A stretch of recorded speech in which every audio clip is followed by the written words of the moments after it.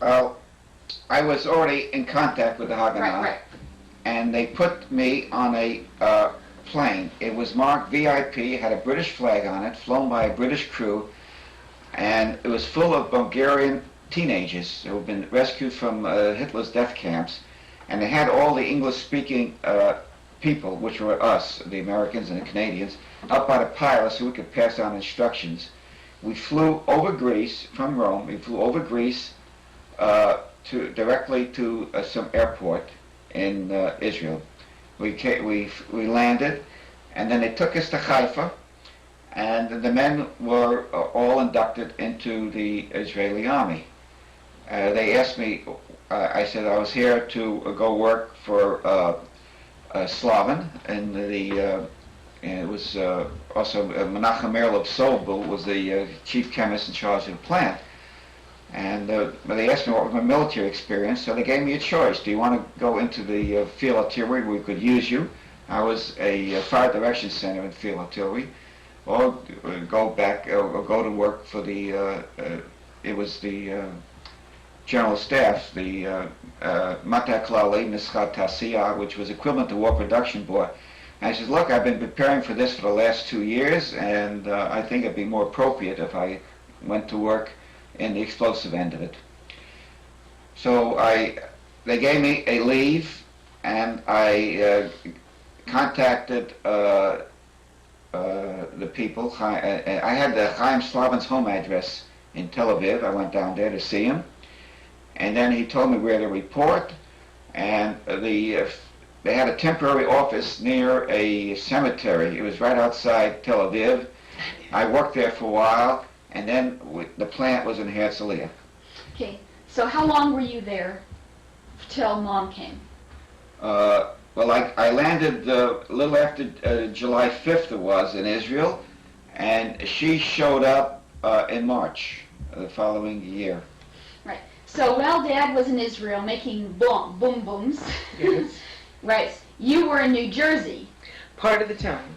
First I kept working in the Pittsburgh Library, University of Pittsburgh Library. I didn't quit right away, and then I decided to go to the training farm, New Jersey, and I spent about I was there through fall or the summer. I was there during the summer through nearly New Year's. I was there about 6 months, and then I got a visa to go to Israel with a lot of trouble. I had a great many difficulties getting a visa. I could not get one in America. He had to get me one in Israel because they wouldn't give me one because they said I hadn't trained enough. The Zionist Habonim organization said I hadn't trained enough in New Jersey to be a pioneer in Israel, so they would not give me a visa. In those days, they granted visas. Describe the training farm. What were the sort of people like on that training farm? I was living in a commune. That's the only way to describe it. It was a Berkeley commune. We had boys and girls from all over the eastern United States, and we ran this farm. It was a real farm. It was not a fake farm. We mostly were a dairy and chicken farm. We had 3,000 chickens. That was our main income. We had an egg route, and we sold the eggs to different customers as well as co-op, and then we marketed our milk from our dairy herd. And let me tell you about Small World. On this farm was a man by the name of Leslie Tint.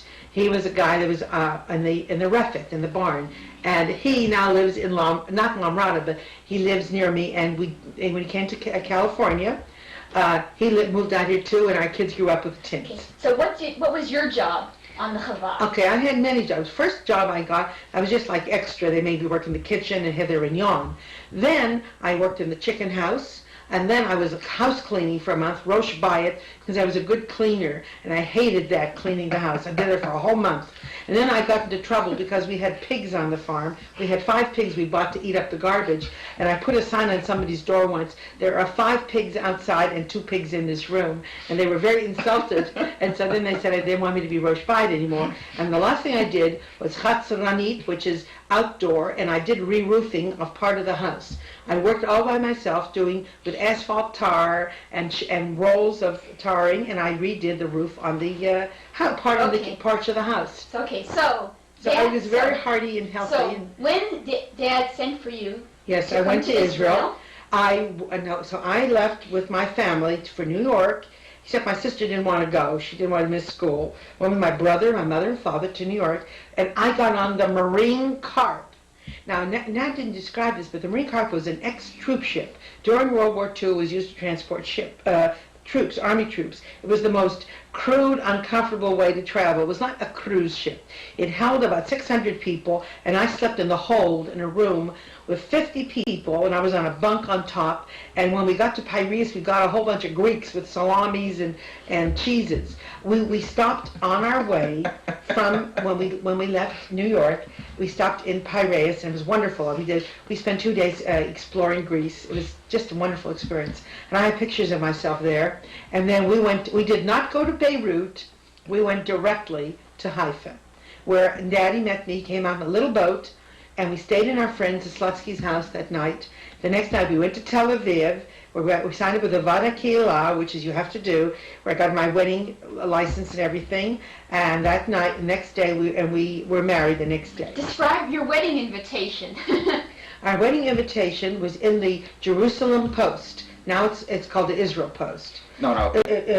Yeah. The Palestine Post. Post. Now it's the Jerusalem Post. Not just Sorry it was the to Palestine interrupt. Post. Oh, you did, didn't you? Anyway, darling, that's fine. We did, we had our invitation just published, and it said, Chevra Baalbek are invited to our wedding. That was our total invitation. Right. And anyway, it was in the paper, and we were married in Malikson's restaurant in Tel Aviv, and Esther Ruskell Overlooking the Pacific. made the arrangements, and Mediterranean.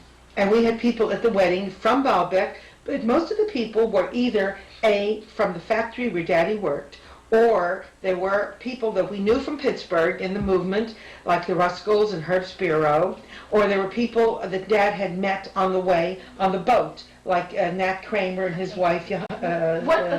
What did you wear when you got married? I wore a blue dress and a white hat with big blue ribbons right in the middle, and I had this little veil, excuse me, and my mother, we bought the hat before we left in Pittsburgh. And I thought it was perfectly suitable. But they sent down from the Vada Kehillah, there's one rabbi in the country without a beard, and then two rabbis that were old-fashioned rabbis. And they looked at me very disapproving, and they said the veil was not adequate. It did not cover my face. I said, look, it does. And I kept pulling this veil down, but it only came to here. And I pulled down, and it would spring up. So I kept pulling it down, and it sprang up. And by the way, I had a cold, too. So what were you wearing, Daddy?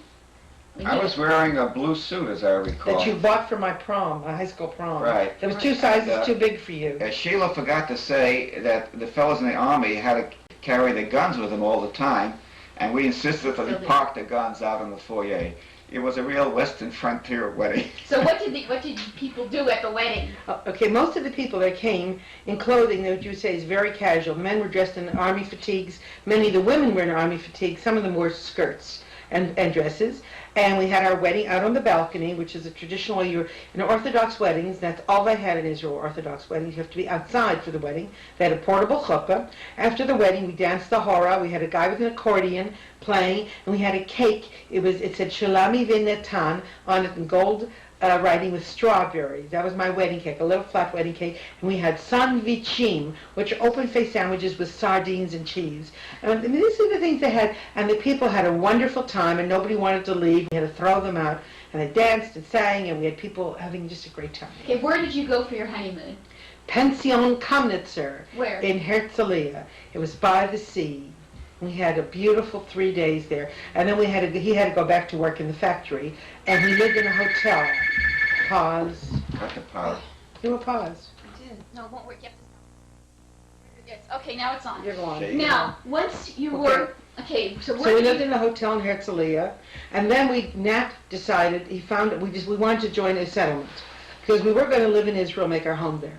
So Nat had found this group called Habonim. It was called Moshav Habonim. And it was composed of both Americans and people from what they call the Anglo-Saxon countries, Anglo-Saxon. Mostly South Africa. A lot of South Africans, but also people from England, Scotland, and Wales, plus a whole bunch of European Jews that were interested in also being in a settlement of a Meshik Shitufi. It was not a kibbutz, it was a Meshik Shitufi, which was a semi-co-op. Okay, so where did you go? So then we went to Kfar Blum. Where is Kfar Blum? Kfar Blum is in the northern Galilee, and that's where we did our training and gathering. How long did you live there? We were there about 3 months. What did you do? We worked in Kfar Blum in different tasks. I worked in the fields, and then I hurt my legs bending over, so I ended up working in the clothespin factory called the Headache. We called it Headache. It was so noisy. And then we also worked in the apple orchards across the Jordan. What did And Daddy do? tell me What about did you your do? cement. They were building a pumping plant for water on the Jordan River, and I helped mix and pour the concrete. Okay, so what happened after your training period at Kfar Blum? Well, then we went ahead and we went to our settlement. Now, what had happened? Our group had gotten a piece of land from the Histadrut. It was an Arab village called Kfar Lam, and we were given this particular piece of land. It was on a hill, 10 miles or 12 miles south of Haifa, near Atlit, and it was we decided that would be our place. We were going to have a factory for vermiculite and other different products. And so anyway, that's where we went to live. And we were in the first group to get the place started. Where did you live? How did you live? We lived in an abandoned Arab houses. The Arabs had been helped out by the Israelis. There was evidence of bombs falling on this village. Some of the homes were smashed and broken. The homes were made out of rocks and stone. There were ancient Arab houses. People have been living there for over 1,000 years because there was a Crusader castle on the ground. Describe your living conditions. How did you get water? We had a little bucket. Every day we had an airplane tank on top of the main building, the Mukhtar's house we called it, and we would go and we would fill these buckets up with water, and that's how we bathed and cleansed ourselves. But we did bathe in the ocean. We had the most wonderful beaches in the world, little coves. We had about 6 little coves, and we'd often go down and skinny dip. In fact, the women, after we worked all day working and cleaning the houses up, that was our main job, was cleaning out the houses and getting them ready for the rest of the group. We'd go down to the ocean, fling off our clothes, jump in the ocean, swim around, and then come out. And that was it. We didn't have towels or anything. What was the food like? We just ran around until we got dry. Ever do that? Pardon me? What was the food like? The food was very poor because at this time Israel was still in a war situation. Our food consisted of bread and vegetables. We ate eggplants, figs. There was a lot of plants and things growing on this settlement from the Arabs. Beautiful figs. And then we had sabras, those are the cactus plant fruit. And then we ate mostly bread, eggplant, cereal, tiny piece of cheese, and hardly any protein products. We all got covered with boils. What did Daddy do then? What was? I was helping do a little pilot work for the vermiculite plant, and I think Sheila was helping me there. I was your for a while. assistant all the time. Right. I was your lab assistant. Right. Now, the Kfar Habonim was right on the Mediterranean, but the other side, not too far, was the main highway from Haifa to Tel Aviv. And the Arabs were shooting up the traffic on the road, and that's the reason they got bombed and they left. Right. So what did you use the vermiculite for? What was the purpose of Oh, this? it was to insulate chicken houses in the Negev and general insulation and building material. A Mr. Edinburgh of South Africa donated us a lot of vermiculite, and that's what we were working with. Okay. Yeah. So. And I was his lab assistant. I used to work with a blowtorch. We made a little machine, a little furnace, and I would exfoliate the vermiculite. When you put a heat on vermiculite, it blows up, and I'd be standing there with my little blowtorch every day. And then we made little cubes, and I measured them and weighed them. Okay. So I was his lab assistant. Okay. It was now, fun.